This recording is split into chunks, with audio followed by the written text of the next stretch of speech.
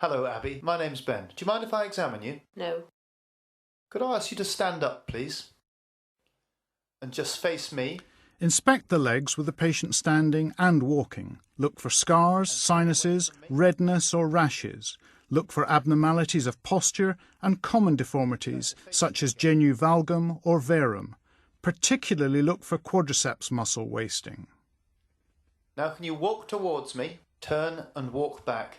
Look for gait asymmetry and at what happens to the knee during the stance and swing phases. Could you sit back on the couch? Make sure the patient has both legs well exposed so that you can compare sides. Quadriceps wasting is almost invariable with inflammation or chronic knee pain and develops within days. It's often useful to measure the thigh circumference with a tape measure. Do this 20 centimetres above the tibial tuberosity and compare sides. Feel the warmth of the skin overlying the joint, which will be increased if there's any inflammation. For the patellar tap, empty the suprapatellar pouch by sliding your left hand down the thigh to the patella. Keep your hand there and with the fingertips of your right hand press down briskly and firmly over the patella. For the ripple test, the knee and left hand are in a similar position. Empty the suprapatellar pouch and the medial side, then stroke the lateral side looking for a bulge or ripple on the medial side.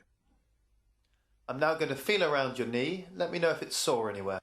Palpate for the sponginess of synovitis either side of the quadriceps tendon. Then feel round the articular margin of the tibia. If there is tenderness, localize this as accurately as possible. Also feel the articular margin of the femur and the tibial tuberosity. And the same on the other side. The joint lines are most easily felt with the knee at 90 degrees. Focal tenderness may be due to a meniscal or collateral ligament injury. Isolated tenderness of the tibial tuberosity in adolescence may be due to Osgood-Schlatter's disease.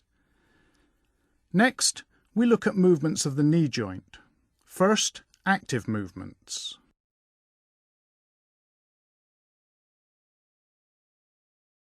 Can you bend your leg up for me, please, Abby? Here, the examiner's hand is feeling And the for same crepitus. on the other side.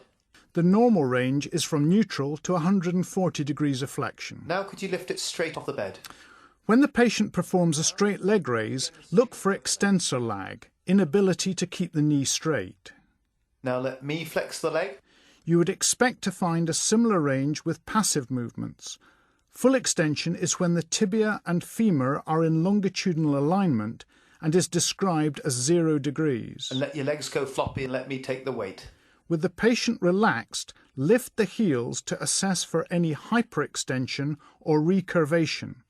Up to 10 degrees of symmetrical hyperextension is normal. And just let me take the weight of your legs. To test the collateral ligament stability, hold the ankle between your elbow and side. Use your thumbs to feel the joint line and assess the degree when the joint space opens. And just bend it up a fraction. If the knee is stable, repeat the process with the knee flexed at 30 degrees. In this position, the cruciate ligaments are not tight.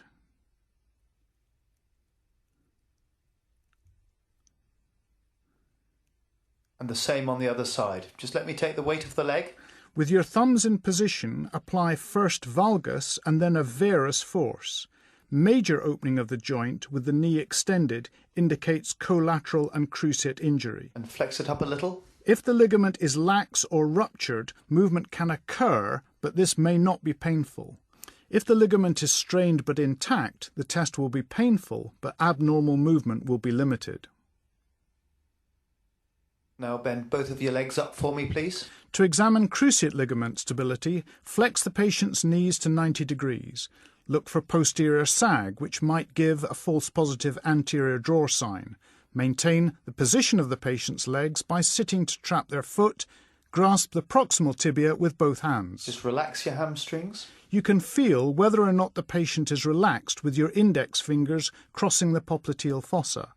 Abnormal forward movement suggests laxity or rupture of the anterior cruciate ligament. Abnormal posterior movement suggests a lesion affecting the posterior cruciate ligament.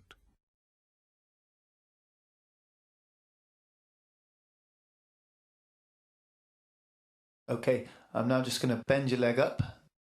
Let me know if it's uncomfortable. For the patellar apprehension test, start with the knee extended and press the patella laterally, then slowly flex the knee. Discomfort, apprehension, or active resistance suggests previous patellar dislocation or instability. The test for meniscal provocation starts with the knee flexed. Again, just bend this leg up for me, please. To stress the medial meniscus, externally rotate the foot and abduct the thigh. Smoothly extend the knee, keeping the foot in the midline, which creates a varus stress loading the medial compartment. And bend it up again. To stress the lateral meniscus, internally rotate the foot and adduct the thigh. Apply a valgus stress as you smoothly extend the knee, thereby loading the lateral compartment. And let's do the same on the other side. Externally rotate the foot and apply a varus stress to load the medial meniscus. Bring it out to the side. If a meniscal injury is present, a click or clunk may be felt or heard, which may be painful. And finally, to test the lateral meniscus, internally rotate the foot and adduct the thigh to create a valgus load on the lateral meniscus. The final part of the examination is the squat test. Now could I ask you to stand up? Ask the patient to squat, keeping the feet and the heels flat on the ground. This requires flexion at the knee. Thank you very much.